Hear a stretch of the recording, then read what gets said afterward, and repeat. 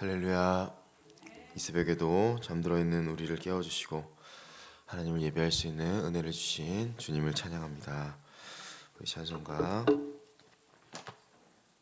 585장 찬송가 585장 내 주는 강한 성이요 찬양하겠습니다.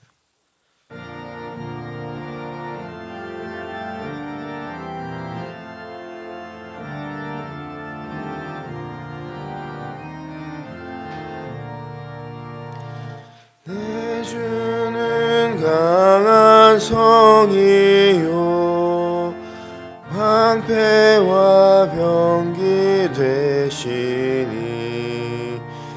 그 환난에서 우리를 구하여 내시리로다. 예 원수 마귀는 이때도 힘을 써 모략과 권세로 무기를 삼으니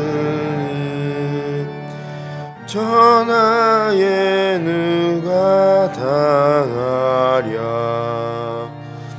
내 힘만 의지할 때는 패할 수밖에 없도다. 힘 있는 장수 나와서 날 대신하여 싸우네. 이적수 누구나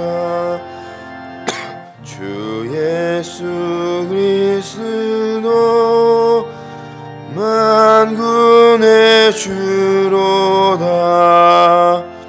당할 자 누구랴. 반드시 이기리로다. 이 땅에 마귀들 끌어 우리를 삼키려 하나. 겁내지 말고 섰거라. 진리로 이기리로다. 친척과 재물과 명예와 생명을 다 빼앗긴데도 진리는 살아서 그 나라 영원하리라.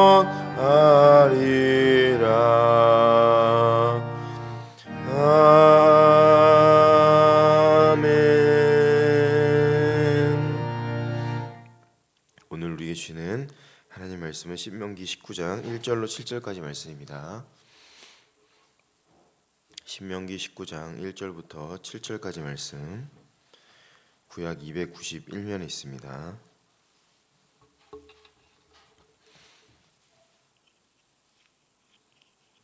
신명기 19장 1절로 7절까지 말씀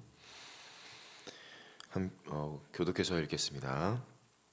내 하나님 여호와께서 이 여러 민족을 멸절하시고 내 하나님 여호와께서 그 땅을 내게 주심으로 내가 그것을 받고 그들의 성읍과 가옥에 거주할 때에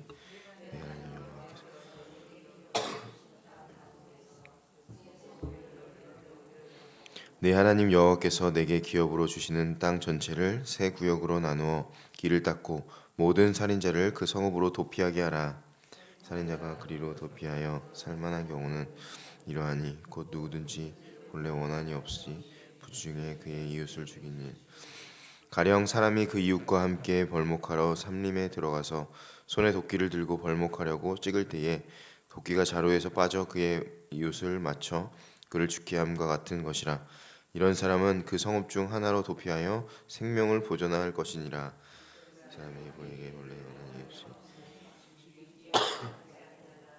들었건대 그 피를 보독하는 자의 마음이 복수심에 불타서 살인자를 쫓는데 그냥 행위 걸면 그를 따라서 함께요.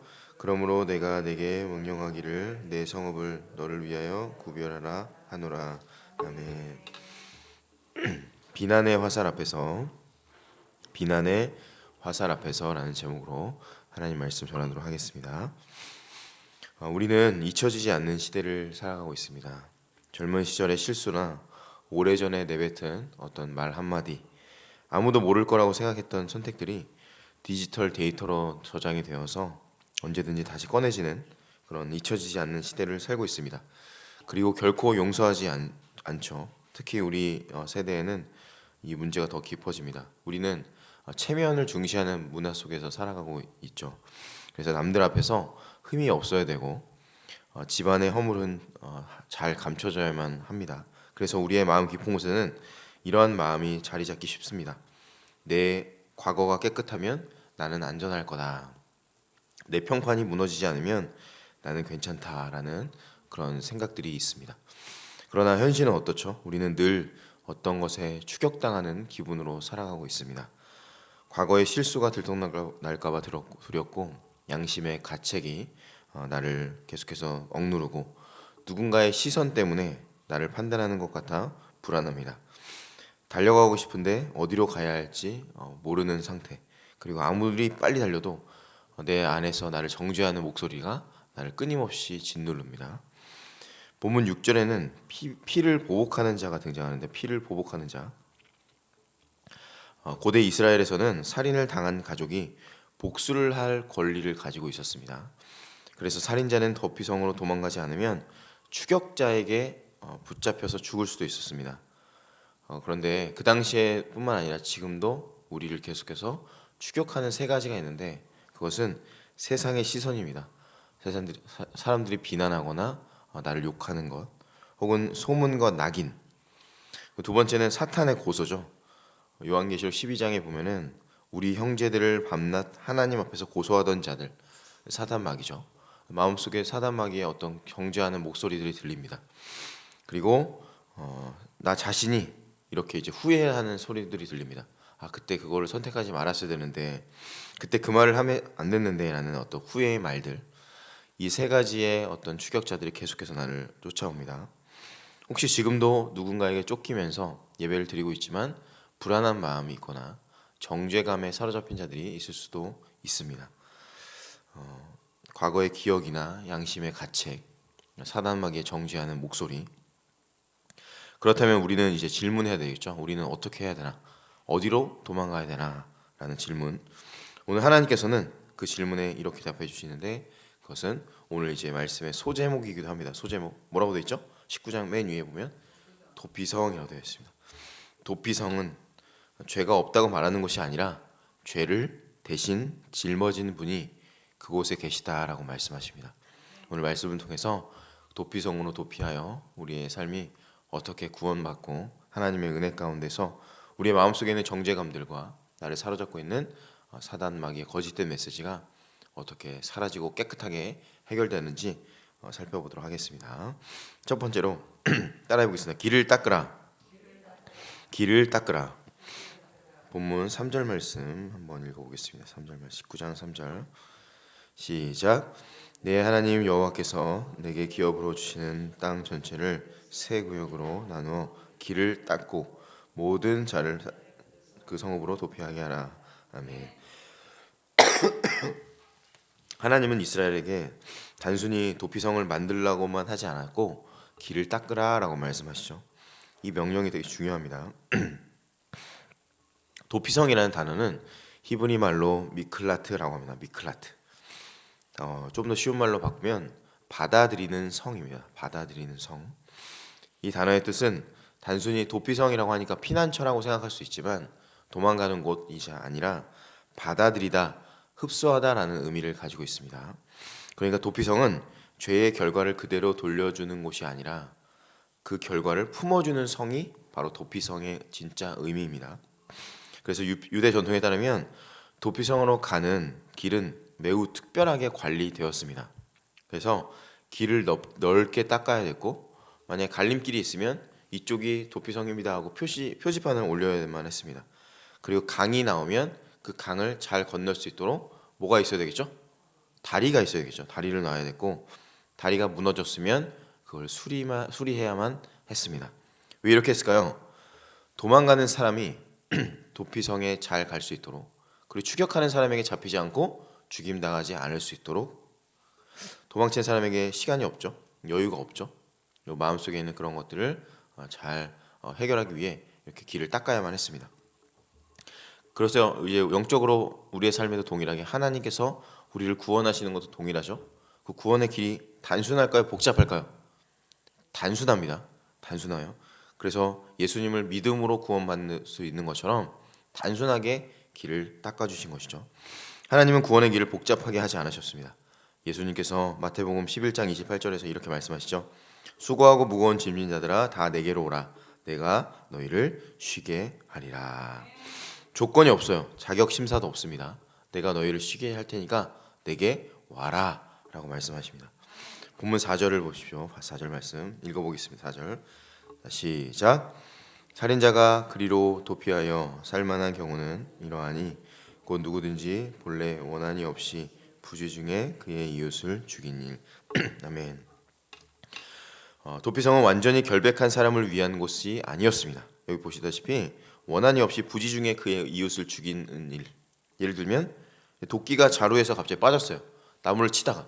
그럼 도끼가 휙 날아가죠. 옆에 사람이 맞아서 죽었습니다. 의도가 있었나요? 없었죠. 그러나 죽었잖아요.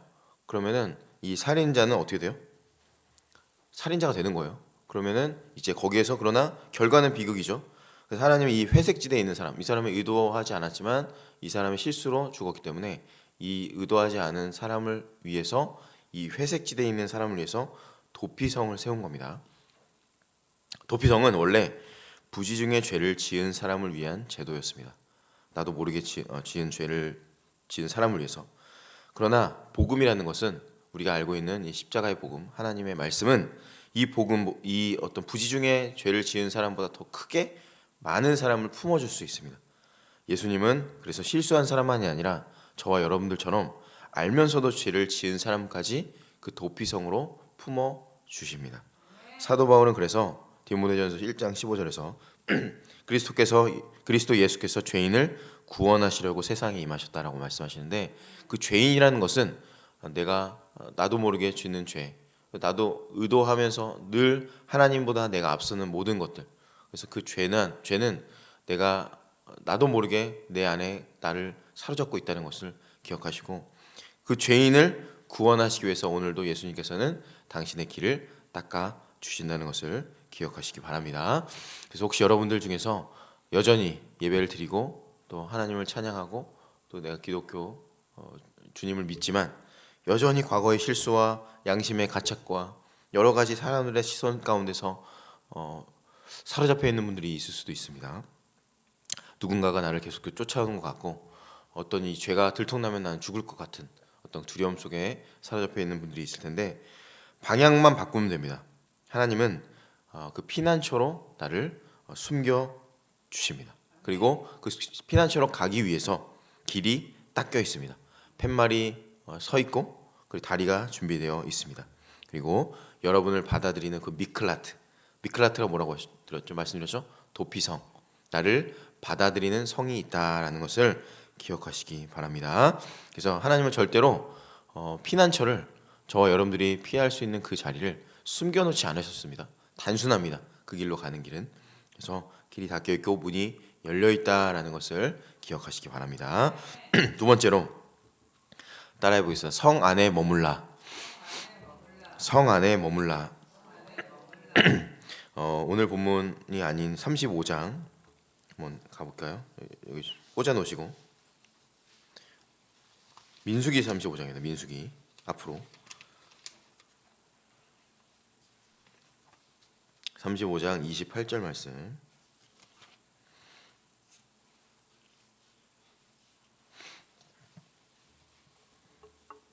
자, 257면에 있습니다. 35장 28절 읽겠습니다.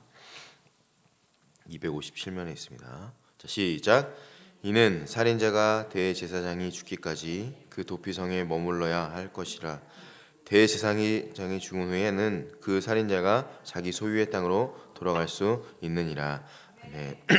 도피성에 들어간다고 해서 모든 문제가 즉시 해결되는 것은 아니었습니다. 도망자는 언제까지 거기에 머물러야 했었죠?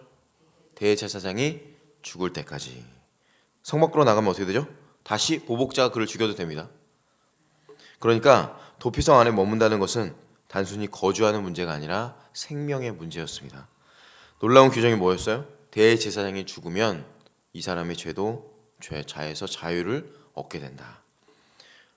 왜 그럴까요? 대제사장의 죽음이 그 죄인의 죄를 대신 치러주신 것으로 간주하기 때문입니다.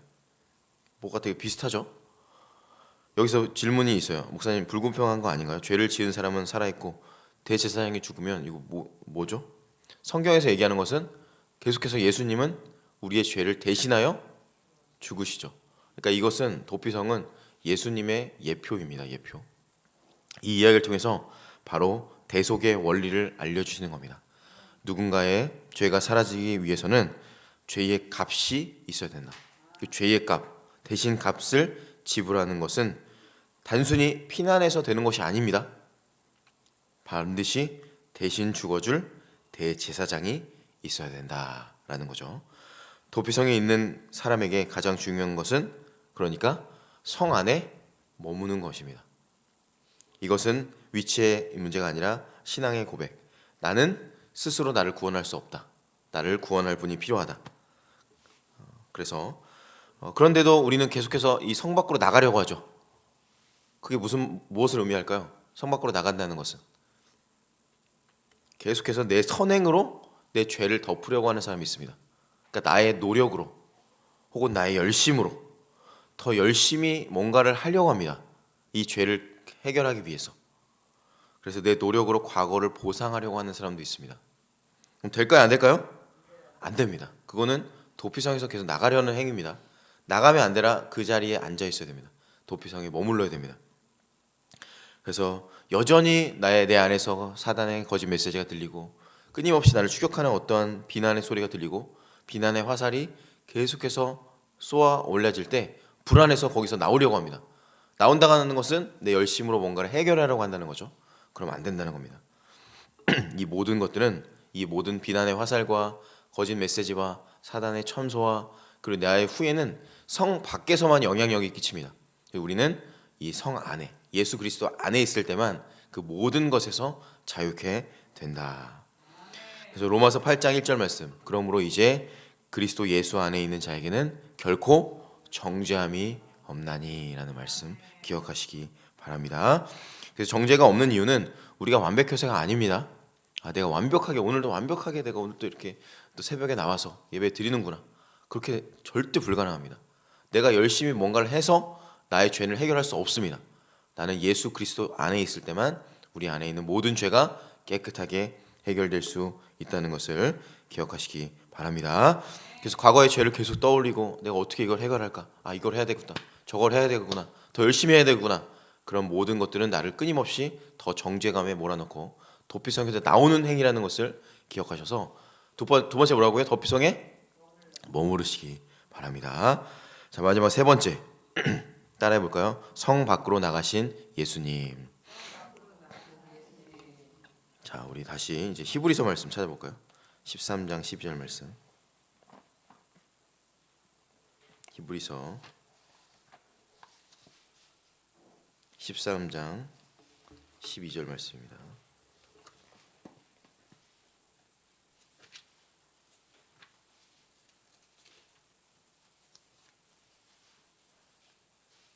신약 368면에 있습니다.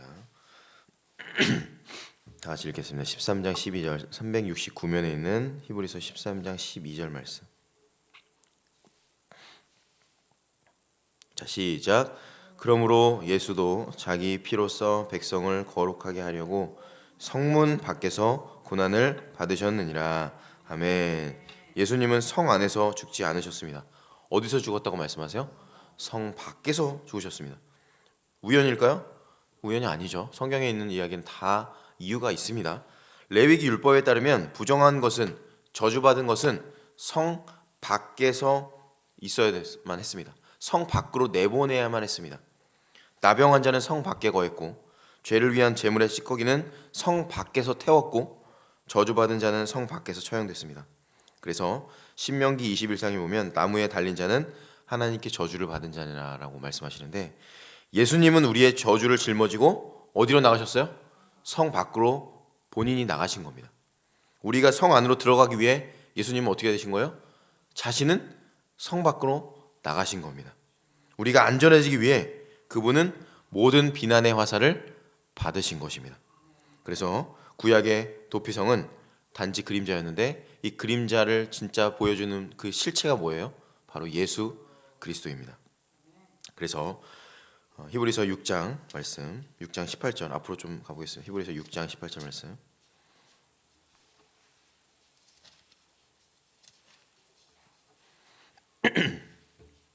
6장 18절 말씀 읽겠습니다.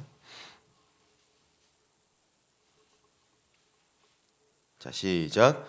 이는 하나님이 거짓말을 하실 수 없는 이 두 가지 변하지 못할 사실로 말미암아 앞에 있는 소망을 얻으려고 피난처를 찾은 우리에게 큰 안위를 받게 하려 하심이라. 아멘. 우리는 도피성으로 달려가야 했습니다. 그 복음은 우리를 도피성에서 구원해 주시는 예수님 십자가가 우리를 소망으로 인도해 주시고 우리의 모든 죄를 깨끗하게 해결해 주신다라고 말씀해 주십니다. 말씀드렸지만 어제도 결국에 예수님께서 마지막에 십자가에서 말씀하신 것은 테텔레스타이, 다 이루었다. 너의 모든 죄를 내가 다 완불 해결하셨다라고 말씀하셨습니다. 이제 더 이상 여러분은 더 이상 보복자에게 추격당하지 않는다는 것을 기억하시기 바랍니다. 한 가지 이야기 드리고 말씀 마무리하겠습니다. 16세기 네덜란드에 더크 빌렘스라는 신앙인이 있었습니다. 이분이 신앙 때문에 감옥에 갇혔습니다. 그래서 어느 날 한겨울에 탈출하여서 얼어붙은 연못을 달아나기 시작했습니다. 근데 이제 연못의 중간에 좀 살얼음이 꼈는데 다행히 이분은 안전하게 건넜어요. 그러나 뒤에서 쫓아오는 추격자가 한 명이 있었습니다. 추격자가 등치가 크고 좀 무거웠던 것 같아요. 물에 빠졌습니다. 자, 그때 어떻게 했을까요? 이 더크 빌렘스가 박수를 치면서 막 좋아하면서 도망갔을까요? 아까 말씀드렸죠. 이분은 신앙인이었다고. 뒤에 다시 갔습니다. 나를 쫓아오는 추격자에게 손을 내밀었습니다. 그리고 자신을 잡으러 온 추격자에게 손을 내밀어서 이 사람을 어떻게 했을까요? 건져냅니다. 놀랍게도 체포된 이 더크 빌렘스는 어떻게 됐을까요? 화형을 당하게 됐습니다. 사람들은 그를 뭐라고 얘기했을까요? 바보라고 얘기했겠죠. 바보 아니야 저 사람? 그러나 그는 바보가 아니었습니다. 왜냐하면 그분은 영적으로는 안전했기 때문입니다. 무슨 말이에요? 예수라는 도피성 안에 있을 거기 때문에 이 죽음조차도 자신에게는 자신을 무너뜨릴 수 없다라는 것을 알고 있었고, 그렇게 자신을 추격하는 그 사람조차도 그 죽음에서 건져낼 수 있었던 겁니다. 도피성 안에 있는 사람은 그러므로 더 이상 두려워하면서 죄에 벌벌 떨면서 죽음조차도 나 죽으면 어떡하지? 라고 두려워하지 않을 수 있게 된다는 겁니다. 이미 안전하기 때문에. 그래서 자신을 비난하는 사람도 용서할 수 있고, 자신을 욕하는 사람을 안아줄 수 있고, 자신을 핍박하는 사람조차, 상처 준 그 사람조차 손을 내밀어 일으켜 세울 수 있다는 겁니다. 왜냐하면 예수님은 우리가 성 안으로 들어올 수 있도록 당신께서 성 밖으로 나가셨기 때문입니다. 저와 여러분들은 그러므로 안전하다는 것을 기억하시고, 내 마음속에 끊임없이 나를 정죄하는 소리, 나를 끊임없이 비난하는 그 화살 앞에서 나를 구원하신 예수 십자가의 능력을 바라보시고 오늘도 나를 깨끗하게 하시는 주님을 붙드시기 바랍니다. 그래서 여러분의 삶 가운데 도피성에 계속해서 나가려는 그런 본능, 내가 어떻게 내 죄를 해결할까, 내가 해결하려고 하는 모든 싸움을 끝내시고 예수님의 품 안에 안기셔서 예수님을 붙드시고 그 사랑 안에, 은혜 안에 영원히 나를 붙들어 주시며 나를 구원하시며 오늘도 나의 모든 죄를 깨끗하게 해결하신 예수님의 그 십자가 안에 거하시기를 주의 이름으로 축원합니다. 기도하겠습니다. 하나님 감사합니다. 우리는 늘 과거에 쫓기며 살아왔습니다. 사람들의 시선과 사탄의 고소와 우리 자신의 정죄 안에서 두려워 떨며 살아왔습니다. 그러나 오늘 다시 바라봅니다. 우리의 영원한 대제사장 예수님이 성 밖으로 나가셨음을 바라봅니다. 우리가 성 안으로 들어올 수 있도록 당신께서 그 저주를 받으셨습니다. 이제 그 도피성 안에서 참된 자유를 누리게 하시옵소서. 그리고 그 은혜를 받은 사람으로 다른 영혼들에게 길을 보여주는 도피성의 안내자로 살아가게 하여 주시옵소서. 예수님의 이름으로 기도드리옵나이다. 아멘. 함께 기도하겠습니다.